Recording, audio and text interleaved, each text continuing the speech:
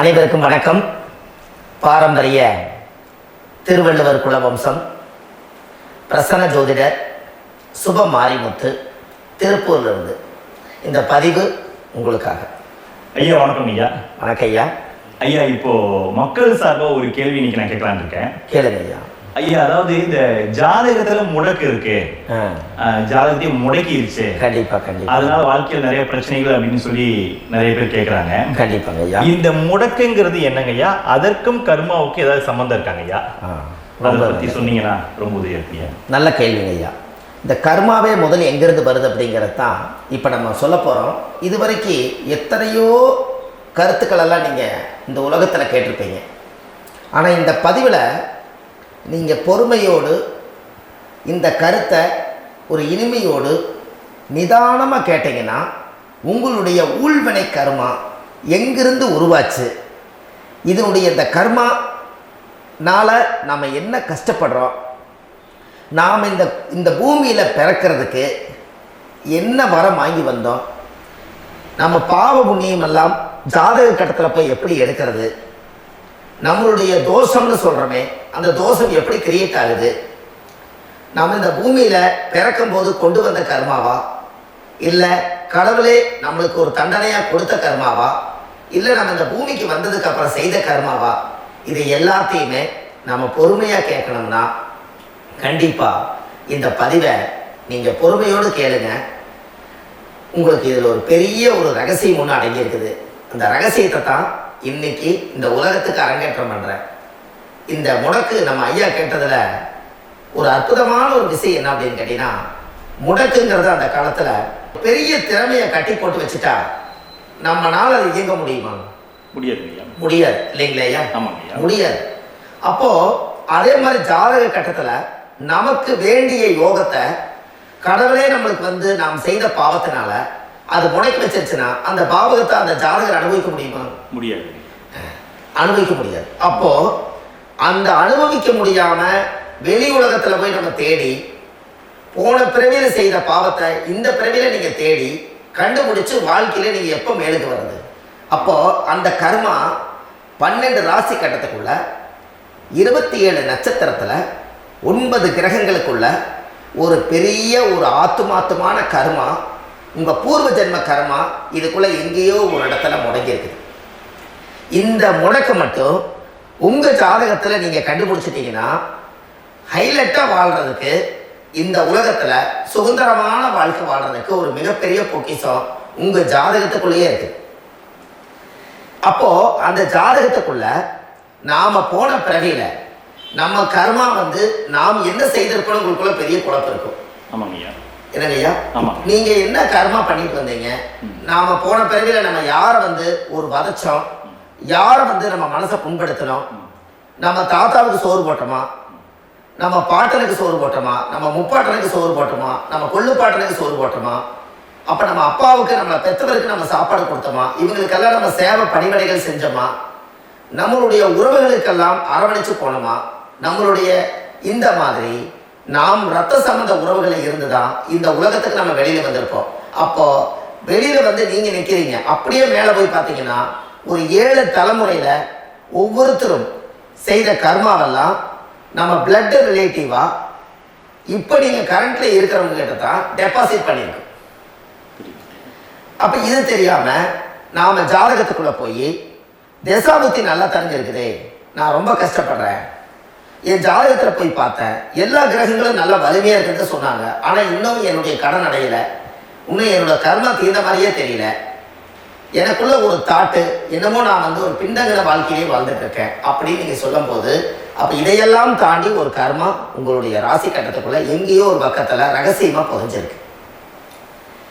அப்போ அந்த ரகசியமா புதைஞ்சிருக்கக்கூடிய அந்த முடக்கு தான் இன்னைக்கு இந்த உலகத்துக்குள்ள நீங்க தெரிஞ்சுக்கக்கூடிய விஷயம். அப்போ அந்த முடக்குங்கிறது ஒரு உண்மை இந்த உலகத்துக்கு நம்மளை எல்லாத்துலேயும் நல்லா யோசிச்சு பாருங்க. 12 ராசி கட்டம் இருக்குதுங்களா ஐயா? ஆமாங்க ஐயா. ஆனா கிரகம் எத்தனை இருக்குதுங்க? 9 தான் இருக்குங்க. ஆமா, 12 ராசிக்கு 12 கட்டத்துக்கு 12 கிரகம் கொடுத்துருக்கலாம்ல கடவுள். அப்ப ஏன் 3 கட்டத்தை மட்டும் எம்டி பண்ணி மீதி 9 கிரகத்தை வச்சுக்கிறாருன்னா, அப்ப நாம் செய்த 3 தலைமுறை கர்மாவுக்கு அது எந்த கட்டம் பிளாக் ஆகுதோ அந்த கட்டத்துக்குள்ள ஒரு ஏதோ ஒரு ரகசியம் இருக்கிறனால தானே எங்கேயோ ஒரு பக்கத்தில் நீங்கள் கண்டிப்பாக கர்மாவில் மாட்டுவீங்கிறது கனவுலே படைச்சு தானே இதை உருவாக்கியிருக்காரு. 12 ராசிக்கு 12 கட்டம் கொடுத்துருந்தா எங்கே நீங்கள் சுற்றி வந்தாலும் ஏதோ ஒரு வீட்டுக்குள்ள போய் பார்த்துக்கலாம். நிச்சயமாங்க. ஆனால் ஒரு வீடு சுத்தமாக இருக்குது, ஒரு வீட்டில் 4 கிரகம் இருக்குது, ஒரு வீட்டில் 3 கிரகம் இருக்குது, ஒரு வீட்டில் 5 கிரகம் இருக்குது, ஒரு 3 வீடு 4 வீடு காலியாக இருக்குது. அப்போ எங்கேயோ ஒரு ராசி கட்டத்துக்குள்ளேயே கடவுளுடைய கர்மா விளையாட்டு, அது ரகசிய விளையாட்டு தான். அப்போ இந்த இடத்துல தான் உங்கள் ஜாதகத்தில் முடக்கு இருக்குது. இந்த முடக்க நீங்கள் எப்படியெல்லாம் அதை ஆராய்ச்சி பண்ணி கண்டுபிடிக்க முடியும் அப்படிங்கிற ஒரு விஷயத்தை தான் இன்னைக்கு நம்ம இந்த உலகத்துக்குள்ள இதை நுழைக்க போகிறேன். இப்போ அப்பா செய்த பாவம்னு ஒன்று இருக்குமில்ல ஐயா? ஆமாங்க ஐயா. நம்ம அறியாத வயசுல தெரியாதல அப்பா செய்த பாவம்னு இருக்கும். அப்பாவுடைய சொத்து பிள்ளைக்கு தானா, அப்பாவுடைய பாவம் பிள்ளைக்கு தானே? ஆமாங்க ஐயா. ஆமாங்க ஐயா. என்னங்க ஐயா? ஆமாங்க ஐயா. சரி, அப்ப தாத்தா இருக்கிறாரு, தாத்தாவுடைய கர்மா உயிர் எங்க எழுதி வைக்கிறாருங்க? அப்போ மகனை பெற்றுறாரு. அப்ப தாத்தா மாதிரியே முகம் இருக்குது, தாத்தா மாதிரியே அவருடைய நடை உடை பாவனை இருக்குது, அவர் தாத்தாவுடைய ஜீனு தான் அப்படின்னு இவர் சொல்லும் போது அப்ப தாத்தாவுடைய சொத்து பேரனுக்கு சொந்தம்னா தாத்தாவுடைய பாவம் எங்க போகுங்க? பேரனுக்கு தான். Very good. அப்ப இந்த அப்போ இந்த கர்ம எப்படி டிரான்ஸ்ஃபர் ஆகுதுன்னு உங்களுக்கு தெரியுதா? புரியுது புரியுது. அப்ப நீங்க போன பிறவியில அந்த தாத்தாவுடைய பேரனை நீங்க பிறக்கிறதுக்கு கர்மம் உங்களை செயல்பட வச்சிருக்குது. அதனால நீங்க தாத்தாங்கிறீங்க. அதனால இந்த கௌரவமே எங்க தாத்தா சம்பாதிச்ச சொத்து, நான் தான் அனுபவிக்கணுங்கிற விதியை நீங்க உருவாக்கிறீங்க. புரியுது. அப்போ இந்த ஜாதகத்துல அந்த உள்வினை தோஷம் தான் ஏதோ ஒரு வழியில உங்களை கர்மாவை செயல்படுத்துது. அதனாலதான் இந்த ஜாதகத்துல எந்த ஒரு முடக்கை எடுக்கிறதா இருந்தாலும் சூரியன் என்ற நட்சத்திரம் எதுவோ அந்த நட்சத்திரத்துக்கு எந்த வீடு முடக்காகுதோ அங்கதான் உங்களுடைய கர்மா ஒளிஞ்சிருக்கும். இதுதான் உங்களுடைய பெரிய ஒரு பொக்கிஷமான ரகசியம். சரிங்க ஐயா. இப்போ இது நவகிரகங்கள் 9 இருக்கும்போது ஏன் சூரியனை மட்டும் நம்ம இதில் எடுத்துக்கணும்னு நீங்க சொல்றீங்க? நல்ல கேள்விங்க ஐயா. நீங்க கேட்டீங்க பாத்தீங்களா, 9 நவகிரகம் இருக்கும்போது சூரியன் மட்டும், அந்த சூரியன் என்ற நட்சத்திரம் பிறக்கும் போது அந்த வீடு மட்டும் முடக்காக நீங்க கேட்டீங்க இல்லையா? இதுதான் அற்புதமான கேள்வி. ஏன் அப்படின்னு கேட்டீங்கன்னா, சூரியனா அப்பா, அப்பாவோட உயிர் கருவோய் அம்மாவுடைய பனிக்குடத்துல கர்ப்பத்துல வச்சு 10 மாசம் 300 நாள் சுமந்து நீங்க இந்த பூமிக்கு வெளியில வரும்போது நீங்க என்ன பாவத்தை இவங்க விதைச்சாங்களோ அந்த கர்மாவை வாங்கிட்டு தான் நீங்க வெளியில பிரசவம் ஆகுறீங்க. இதுதானே உண்மைதாங்க.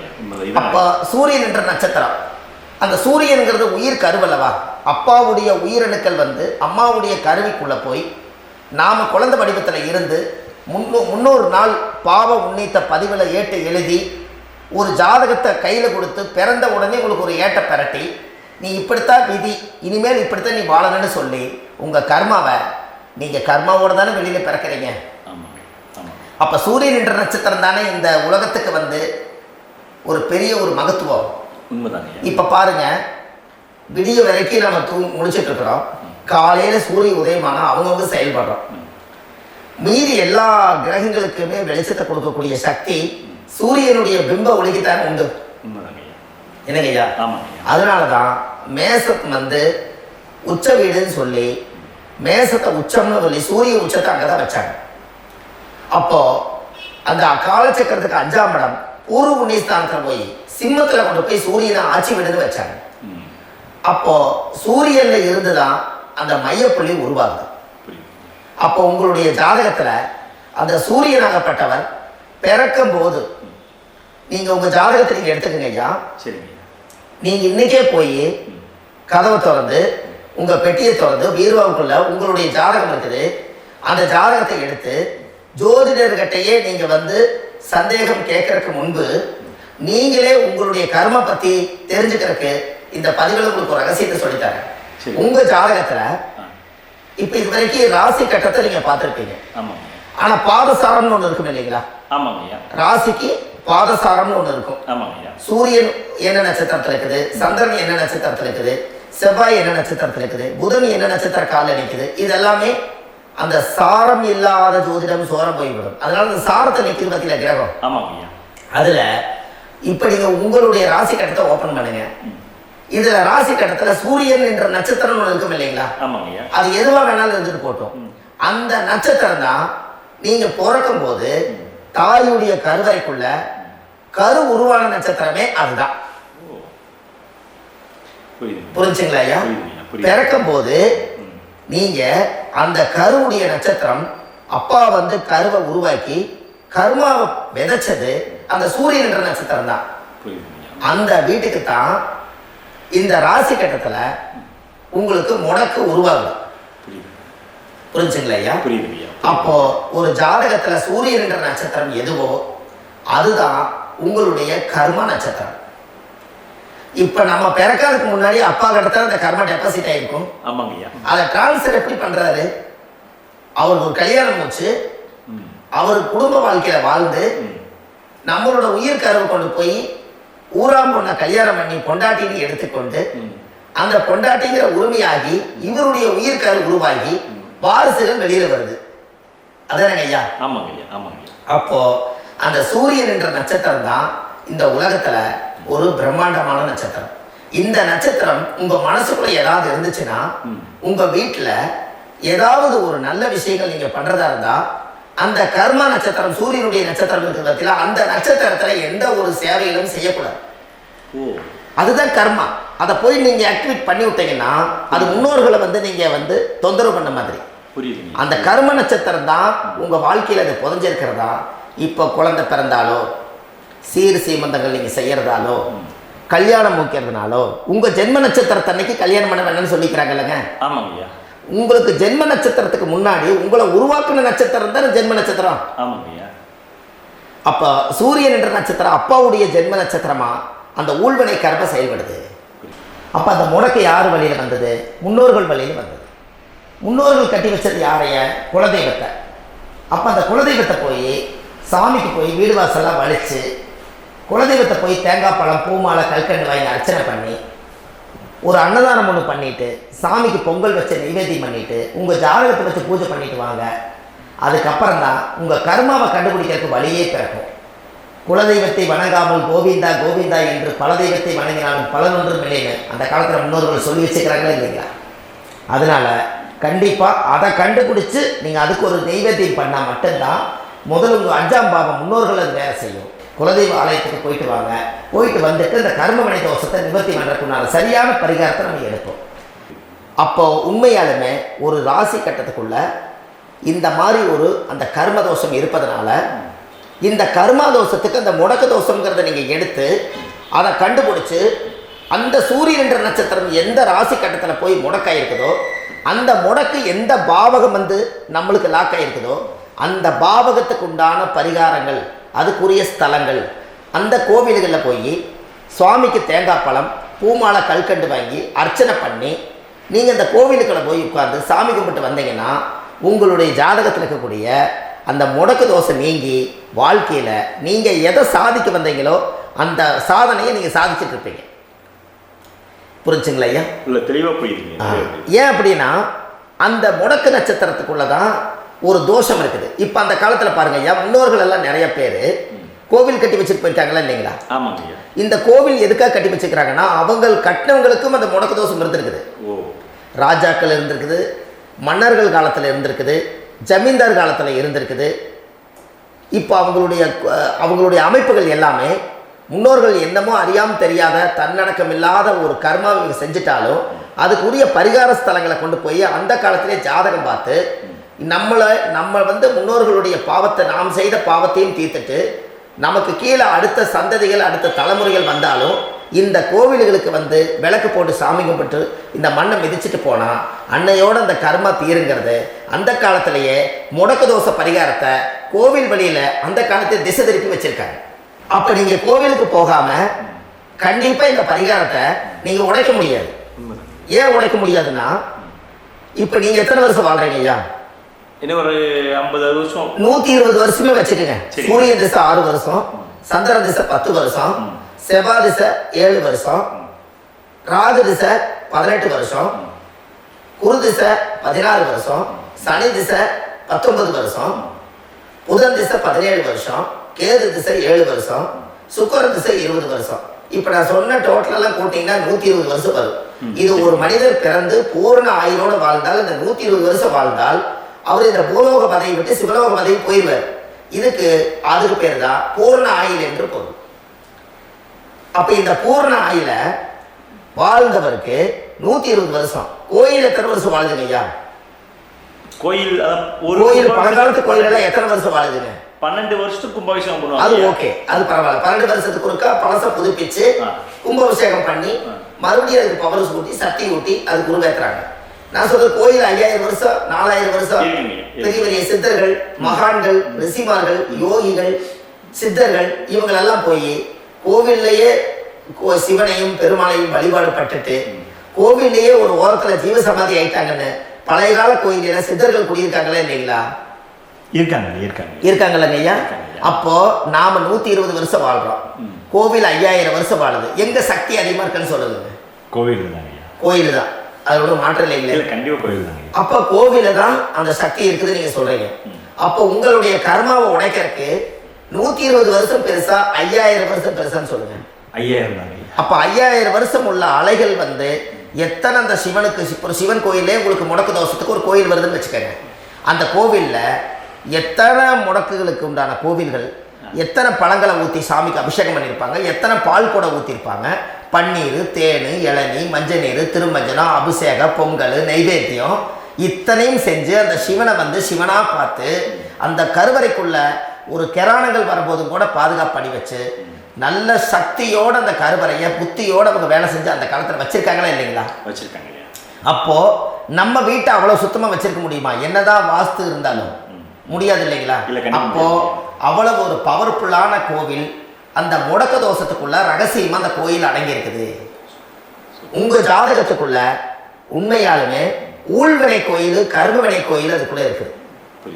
அந்த ஜாதகத்தை கணிச்சு பார்த்தா கரெக்டா உங்களுடைய ஜாதகத்துல அப்பாவுடைய கருவறையிலிருந்து உயிர் உருவாகிற நேரத்துல இருந்து இப்ப வரைக்கும் நீங்க கரண்ட்ல வாழ வரைக்கும் அந்த கர்ம கூட வர்றத ஒரே ஒரு இடத்துல போனா மட்டும்தான் விட்டுட்டு வர முடியும். அது எந்த வீடு அப்படின்னு கேட்டா உங்களுக்கு வந்து அப்பாவுடைய கர்மாவளியில போய் அந்த கோவில், பழையகால கோயில், பழையகால தெய்வங்கள், அந்த கோவில் தான் உங்க ஜாதகத்துக்குள்ள ரகசியமா இருக்கும்.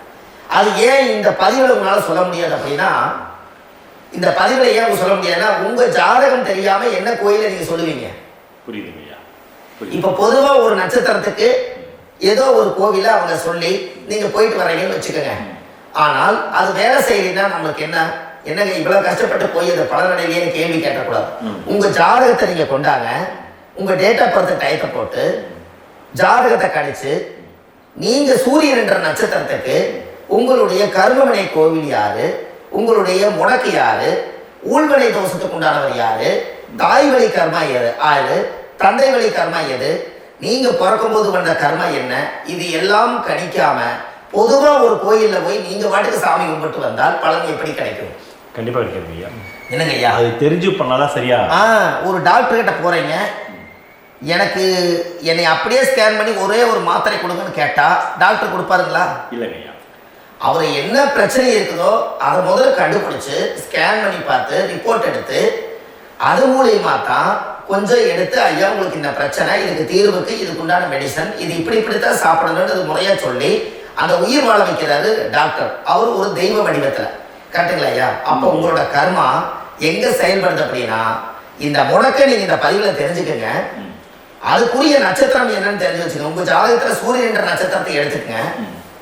அந்த வீட்டுக்கு முடக்க இந்த பதிவுல எந்த வீடு லாக் ஆயிருக்குதுங்கிறத நான் உங்களுக்கு இந்த வீட்டுல சொல்றேன். அந்த வீட்டு நீங்க பாருங்க, உங்களுடைய லக்கணத்துக்கு அது எந்த வீடு. இப்ப லக்கணத்துக்கு ஒரு 7வது வீடுனே வச்சுக்கோங்க. அப்போ லக்கணத்துக்கு 7வது வீடே முடக்கு. அப்படி ஒரு முடக்க ஆயிப்போச்சுன்னா ஒரு ஜாதகத்துல லக்கணம் தான் 1, 7ஆம் இடம்ங்கிறது மனைவி ஸ்தானம். ஒரு ஆணுடைய ஜாதகத்துக்கு 7ஆம் இடம் தான் மனைவி. அவருக்கு நல்ல மனைவி அமையாம ஆடம்பரம் இருந்தும் வீடு அரண்மனை மாதிரி இருந்தும் அந்த மனைவி ஒரு சந்தோஷமா அவர் அனுபவிக்க முடியாது. புரிஞ்சுங்களா ஐயா? சந்தோஷமா அனுபவிக்க முடியாது. ஏன் அப்படி? 7ஆம் இடத்துல தான் அவரோட கர்மம் உட்கார்ந்து இருக்குது. கரெக்டா சொன்னீங்க. 7ஆம் இடத்துல தான் அந்த கர்மம் உட்கார்ந்து இருக்குது. அப்ப அந்த 7ஆம் இடத்துல இருக்கக்கூடிய அந்த கர்மா போன பிறவியில நீ மனைவிக்கு சோறு போடாம மனைவியை கட்டி வச்சு அடிக்கிறதும், மனைவியை துன்புறுத்துறதும், அந்த மனைவி இருக்கவே இன்னொரு வாழ்க்கைக்குள்ள போறதும், இங்க வாழ வேண்டிய தாம்பத்திய சந்தோஷத்தை கொண்டு போய் இன்னொரு இடத்துல கொடுக்கறதும், தெரிஞ்சிருந்தே நம்மளுடைய மனசுக்குள்ள திருடுத்தனமா வாழ்றதும், இது எல்லா கர்மாவும் போன பிறவியில நாம் செய்த ஊழ்வினை கர்மா தான் உங்க ஜாதகத்துல 7ஆம் இடம் முடக்கு. அப்போ அந்த 7ஆம் இடம் முடக்கா இருந்துச்சுன்னா கண்டிப்பாக உங்கள் ஜாதகத்தில் நீங்கள் என்ன அனுபவிச்சிட முடியும்? நல்ல நண்பர்கள் கிடைக்க மாட்டாங்க, நல்ல ஒரு பார்ட்னர்ஷிப் அமையாது, நல்ல ஒரு நட்பு வட்டங்களில் எதையும் அனுபவிக்க விடாது, ஒரு அங்கீகாரமான உறவுகளில் போய் நம்ம ஸ்ட்ராங்காக நிற்க முடியாது. 7ஆம் இடம் என்பது தாம்பத்திய வாழ்க்கை, பூர்த்தி இல்லாத வாழ்க்கையாக இருக்கும். இப்படியெல்லாம் அந்த ஜாதகத்தில் ஒரு பொதுவாக ஒரு ஜாதகத்தில் 7ஆம் பாவம் முடக்காயிட்டால் இந்த கர்மாவை அவர் அனுபவிச்சுக்கிட்டே இருப்பார். இது எப்பத்தான் அதுக்கு ஒரு தீர்வு வேணுங்க ஐயா? அந்த கோயில் எதுன்னு கரெக்டாக சொன்னீங்க. இப்போ இது மனிதனால செயல்படுது. மனிதர்கள் தான் கோயிலை கட்டி வச்சாங்க. தெய்வத்தை விட ஒரு காலத்தில் மனிதர்களுக்கு மகிமை ஜாஸ்தி. ஏன்னா சாதாரண ஒரு மண்ணு பூமியாக இருந்த இடத்த மனிதர்கள் தான் கோயில் கட்டி ஒரு மகிமைப்படுத்தி புண்ணியம் பண்ணி வச்சாங்க. மனிதர்களுக்கு சக்தி அதிகம்தான், ஆனால் பிரபஞ்சத்துக்கு அதை விட சக்தி அதிகம் அல்லவா? ஐயா, நீங்கள் கோவிலுக்கு போய் அந்த கர்மா உடைக்கிறதுக்கு கோவிலில் சக்தி இருக்குது, ரைட்டு. ஆனால் நம்ம வீட்டுக்கும் கோயிலுக்கும் ஒரு மிகப்பெரிய தொடர்பு என்னென்னா, அந்த கோயில் கட்டுறவங்க எல்லாமே பழைய காலத்து கோயிலெல்லாம் பாருங்கள், பஞ்சபூதத்தை வச்சு கட்டியிருப்பாங்க. சரிங்க. பஞ்சபூதத்தை எப்படிங்க? பஞ்சபூதத்தை வச்சு தான் கட்டுவாங்க கோயில். அது உங்களுக்கு தெரியணும் இல்லைங்களா? பஞ்சபூதம்னா நீர், நெருப்பு, காற்று, பூமி, ஆகாயம்.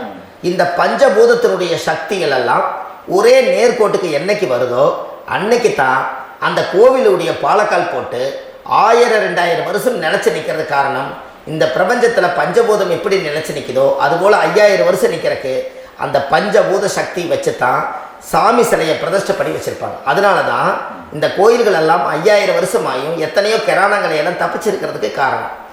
அப்பேற்பட்ட புண்ணிய ஸ்தலம் உங்களுக்கு எதுன்னு தெரியணும் அல்லவா?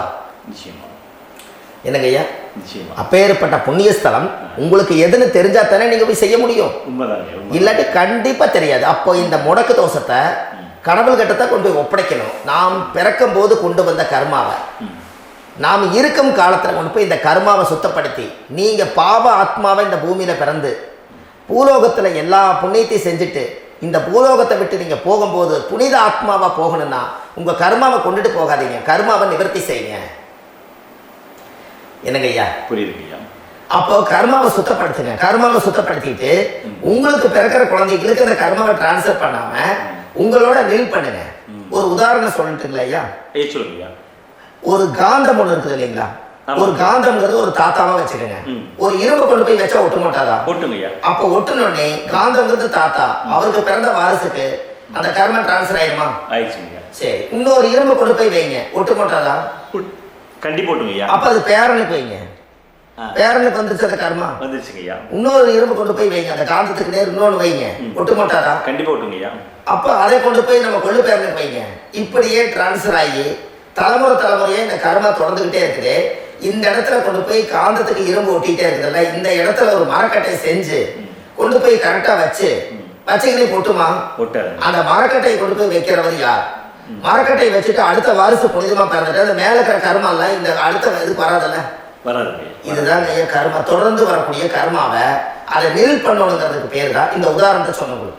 அப்ப நாம் இந்த பூலோகத்துல நம்ம ஒரு தாயுடைய கருவறையில் இருந்து தொப்புள் கொடி அறுக்கும் நேரம் நாம் என்ன கர்மாவை வாங்கி வந்திருந்தாலும் அதையெல்லாம் ஆராய்ச்சி செய்து ஜாதகத்தில் முழுமையாக கண்டுபிடிச்சு ஒரு காலம் இல்லைனாலும் ஒரு காலம் நம்ம நல்லா இருக்கிறதுக்காக, நம்ம வாரிசுகள் எல்லாம் நலமடைஞ்சு வளமடைஞ்சு வர்றதுக்காக இந்த கர்மா தோஷத்தை கரெக்டாக கண்டுபிடிச்சு சரியான கோவிலுக்கு போய் நீங்கள் கர்மாவை நிவர்த்தி பண்ணி அங்கே பூஜை புனஸ்தானங்கள், சகசரநாம பூஜைகள், ஓமங்கள், வழிபாடுகள் இதெல்லாம் நீங்கள் செஞ்சு உங்களுடைய பாவத்தை எல்லாம் கழித்து உங்கள் ஜாதகத்தவே யோகமாக மாற்ற முடியும். கண்டிப்பாக மாற்ற முடியும். ஏன்னா நம்ம யாரை நம்பி செய்கிறோம்? சரியான கடவுள்கிட்ட வழிகாமிக்க போகிறோம். அப்போ கடவுள் பொய்யாயிருவாரா? இல்லைங்க, நிச்சயமா இல்லை. ஐயா, நம்ம அதாவது அந்த காலத்தை சொல்லுவாங்க, சக்தியுள்ள சாமி கும்பிட்டு புத்தி உள்ள உள்ளே பெக்கணும்னு சொன்னாங்க. 16 வதபதனை பெக்கல, எல்லாம் அறிவோட பெற்றாங்க. அதனால எல்லாமே தாய் தந்தைகள் பேச்சை கேட்டாங்க. அன்னைக்கு எல்லாருமே தாய் தந்தைகளுக்கு தூணா நின்னாங்க. அப்போ அந்த காலத்தில் சக்தியுள்ள சாமி கும்பிட்டு புத்தியுள்ள உள்ளே பெக்கோன்னு சொல்லி அன்னைக்கு அறிவோட பெற்று இந்த கர்மாவை ஆளுக்கு ஒரு கர்மாவை டிரான்ஸ்ஃபரை பிரித்து எல்லாரும் சுத்தப்படுத்தினாங்க. இன்னைக்கு நம்ம ஒரு குழந்தை 2 குழந்தை பெற்று வச்சிருக்கோம். அவங்களுக்கே இவ்வளவு கர்மா வந்துருச்சுன்னா இந்த குழந்தைகளுக்கு என்னைக்கு இந்த கர்மாவை போய் கண்டுபிடிச்சி நீங்கள் எப்போ சரி பண்ணுவீங்கன்னு. அப்போ இந்த வாழ்க்கையில் ஏதோ ஒரு பிரபஞ்ச சக்தி நம்மளை அறியாமல் என்னமோ ஒரு இயக்கத்தில் கொண்டு போய் விட்டுருச்சுங்களா? அப்போ இனிமேலாவது இந்த கர்மாவில் இருந்து கண்டிப்பாக நம்ம நிவர்த்தி ஆகணும்னு சொன்னால் இந்த முடக்கு தோஷத்தை யாரெல்லாம் கண்டுபிடிச்சு இந்த ஊழ்வினை கர்மாவில் இருந்து நாம் கருவறையில சுமக்கும் போது 10 மாசம் நீங்களே என்னென்ன நினைச்சிருப்பீங்க? அதாவது கருவறைக்குள்ள கருப்பா ஒரு பிண்டம் இடப்பக்கம் கிடக்கையில இந்த பூமிக்கு வரும்போது நீங்க என்னென்ன நினைச்சிருப்பீங்க? இந்த பிறந்ததுக்கு அப்புறம் வந்துதான் அம்மா தெரியுது, அப்பா தெரியுது, தாத்தா தெரியுது, பாட்டி தெரியுது, இந்த உலகத்துல கண்டுள்ளாத காட்சிகள் எல்லாம் தெரியுது, எல்லாம் தெரியுது. ஆனா 10 மாசம் உங்க வாழ்க்கையில நீங்க இருக்கும் போது நீங்க என்னென்னலாம் நினைச்சு இந்த பதிவுகளை இறைவன் கொடுத்தாரோ அதெல்லாம் அனுபவிக்கத்தான் வந்தீங்க. அதுக்கு இடையில இருக்கிறதான கர்மா. இந்த ஒரு விஷயம் உங்களுக்கு கிடைச்சிருச்சுன்னா நீங்க எல்லாருமே ராஜயோகமா படைப்பீங்கல்ல. இதுல ஏழை பணக்கார யாரையுமே சொல்ல வரல. அவங்க பிறக்கும் போது புண்ணியத்தை பொறுத்து தான் போன ஜென்மத்துல நம்ம என்ன புண்ணியங்கள் பண்ணி வச்சோமோ அந்த புண்ணியத்துல இன்னைக்கு நல்லா வாழ்றாங்க. ஒருத்தர் கேட்டாரு, என் ஜாதகத்துலங்க எங்கூட படிச்சவரு இடம் வாங்கிட்டாரு, வீடு வாசல் கட்டிட்டாரு, தொழில் பண்ணிட்டாரு, நல்லா இருக்காரு, ஆனா நான் இன்னும் அப்படியே தான் இருக்காங்கன்னு ஒருத்தர் கேட்டாரு. அதுக்கு ஒரு கருத்து என்னன்னா, டேட் ஆஃப் பர்த் ஒண்ணுதான், டைம் ஒண்ணுதானே வச்சுக்கோங்க. அவங்க அப்பா செஞ்ச புண்ணியம் வேற, நீங்க செஞ்ச பாவங்கள் வேற. அவர் செஞ்ச புண்ணியத்தினால அவருக்கு எல்லாமே முன்னாடி கிடைக்குது. நீ கர்மாவெல்லாம் கழிச்சிட்டீங்கன்னா பின்னாடி கிடைக்க போகுது. இதுல மற்றவங்களை பத்தி வேற்றுமையா நினைக்கிறதுல எந்த ஒரு இதுவுமே இல்லை. அப்போ ஒருத்தர் பார்த்து ஒருத்தர் வாழ வேண்டாம். உங்களுடைய சுய அறிவை வச்சு இந்த பூலோகத்துல இந்த பூமியில நீங்க 4 தெரிஞ்சு நல்ல விதமா கத்துக்கிட்டு இந்த உலகத்துல சிறப்பா வாழ கத்துக்குங்க. அதுக்கு அந்த ஊழ்வினை தோஷத்தை கண்டுபிடிங்க. உங்களுக்குன்னு ஒரு முடக்கு இருக்குதுங்கிறத இன்னைக்கு நீங்க எழுதி வைங்க. அதை எப்படியாவது கண்டுபிடிங்க, அதை தேடுங்க. ஒரு முறை நீங்க ஜாதகத்தை கொண்டு வாங்க. அந்த ஜாதகத்தை கொண்டு வந்து உங்க பாவகத்துல எத்தனாம் பாவம் முடக்காயிருக்குன்னு பாருங்க. அந்த பாவகம் முடக்காயிடுச்சுன்னா உங்க வாழ்க்கையில அதுல இருந்து உங்களால வெளியில வரவே முடியாது. கண்டிப்பா வர முடியாது. அதை நீங்க கண்டுபிடிச்சா மட்டும்தான் நீங்க மேல வர முடியும். ஏன்னா நிறைய பரிகாரங்கள், பூஜைகள், யாகங்கள், ஹோமங்கள் எல்லாம் செய்து வச்சும் கூட அந்த கருவணைக்கு உண்டான கோவிலுக்கு போய் அந்த 5000 வருஷம் பழமை வாய்ந்த தெய்வத்துக்கிட்ட போய் நீங்க முறையிட்டு விளக்கு போட்டு உங்க கர்மத்தை எல்லாம் நான் நீதான் தீர்த்து கொடுக்கணும்னு சொல்லி நம்பிக்கையோட போய் நீங்க போய் அந்த சரணாகதி அடையிறீங்க பாருங்க, அங்கதான் உங்க கர்மாவை எடுத்து விடுறாரு. அப்ப இந்த ரகசியம் உங்களுக்கு வேணும் அல்லவா? அப்போ உங்க ஜாதகத்துல எங்க முடங்கி இருக்குது, அதுக்குரிய கோவில்கள் எல்லாம் என்ன, அதுக்கு தான பரிகாரம் என்ன, அதுக்கு நீர் பரிகாரம் என்ன, யாத்திரை பரிகாரங்கள் என்ன, நீங்க வீட்டில இருந்தே செயல்படுத்தக்கூடிய பரிகாரங்கள் என்ன, பரிகாரம் கோவிலுக்கு போய்தான் நடக்குமா, இல்ல நாம் வீட்டில் வச்சு வணங்குறதுனால நடக்குமா, நாம் செய்யக்கூடிய தர்ம பரிகாரங்கள் என்ன, தான பரிகாரங்கள் என்ன, இப்படி பல விதமா இருக்கனால உங்க ஜாதகத்துக்கு எந்த மாதிரி பரிகாரம் கனெக்ட் ஆகுதுங்கிறது தெரியணும். இது தெரியாம கண்டிப்பா உங்களால செயல்படுத்துறது ரொம்ப கஷ்டம். இதனால இதை நீங்க தெரிஞ்சுக்கணும்னா இப்ப நம்ம பாருங்க, நீங்க அதை தெரிஞ்சுக்கிட்டாலே உங்க வாழ்க்கையில ஒரு டைம்ல நீங்க தெரிஞ்சு போறீங்க உங்களுடைய கர்மா என்ன, நீங்க எங்க செயல்பட்டு போயிட்டு இருக்கிறீங்க, உங்க போற பாதை சரியா இல்ல அந்த பாதையில முள்ளு கல்லு இருக்குதா, இது எல்லாம் உங்களுக்கு தெரியலனா இந்த முடக்க கண்டுபிடிக்கக்கூடிய சக்தி வாய்ந்த இந்த கர்மாவை நிவர்த்தி பண்றதுக்கு வழிகள் இருக்குது. அதனால நீங்க கண்டிப்பா இந்த முடக்க தெரிஞ்சுக்கணும். இந்த முடக்க ராசினா என்ன உண்மையாலுமே உங்க வாழ்க்கையில நீங்க தெரிஞ்சு இனிமேல் உங்க வாழ்க்கையில இதுவரையிலும் கர்மாவுக்குள்ளேயே கஷ்டப்பட்டீங்க, வழி தெரியாம கண்ணை கட்டி காட்டுல விட்ட மாதிரி இருந்தீங்க, இனி அப்படி இருக்க வேண்டாம். உங்க ஜாதகத்துல 12 ராசி கட்டத்துல 9 கிரகம் போகும், மீதி 3 கிரகம் 3 கட்டம் வந்து உங்களுக்கு எங்கேயோ ஒரு பக்கத்துல 3 கட்டம் எம்டியத்தை இருக்கும். கரெக்டுங்களா? அது இல்லாம ஒரு ஜாதகம் பிறக்காது. ஏன்னா 9 கிரகத்துக்கு 9 கணக்கு போட்டால் 3 கட்டம் எம்டியத்தை நிற்குது. அந்த கட்டத்துக்குள்ள எந்த நட்சத்திரத்துல, எந்த சாரத்துல, எத்தனாவது டிகிரியில, எத்தனாவது பாதசாரத்துல, எத்தனை வெகுளையில, எத்தனை செகண்டுக்குள்ள இந்த கர்மா உள்ள புகுந்து உங்களை செயல்படுத்துதுங்கிறத கண்டிப்பா உங்க ஜாதகத்தை கொடுங்க. பார்த்து இந்த விஷயத்தை சொல்றேன், நீங்க அந்த இடத்துக்கு போய் நிவர்த்தி பண்ணிட்டு உங்க வாழ்க்கையில கொஞ்சம் காலம் வாழ போறீங்க. பாருங்க, பிறந்ததுலேருந்து 20 வருஷத்துக்குள்ள இளமையா வாழ்றீங்க, குழந்தையா வாழ்றீங்க. 20லேருந்து 40 வயசுக்குள்ளதான் உங்களுக்கு ஒரு பொண்ணை பார்த்து கல்யாணம் பண்ணி ஒரு கரு உருவாக்குறீங்க. அதுக்கப்புறம் 40லேருந்து 60க்குள்ள குழந்தை பெற்று கடமை முடிச்சிடுறீங்க. 60 வயசுக்கு மேல ரிட்டையர்ட் ஆயிடுறீங்க. இந்த 20க்கும் 60க்கும் இல்லாத 20லேருந்து இந்த 40 வயசுக்குள்ள உங்களோட தேடல் என்னவோ அது வாழ வேண்டிய சுகபோகமான வாழ்க்கை எல்லாமே அந்த 40க்குள்ளதான் இருக்கு.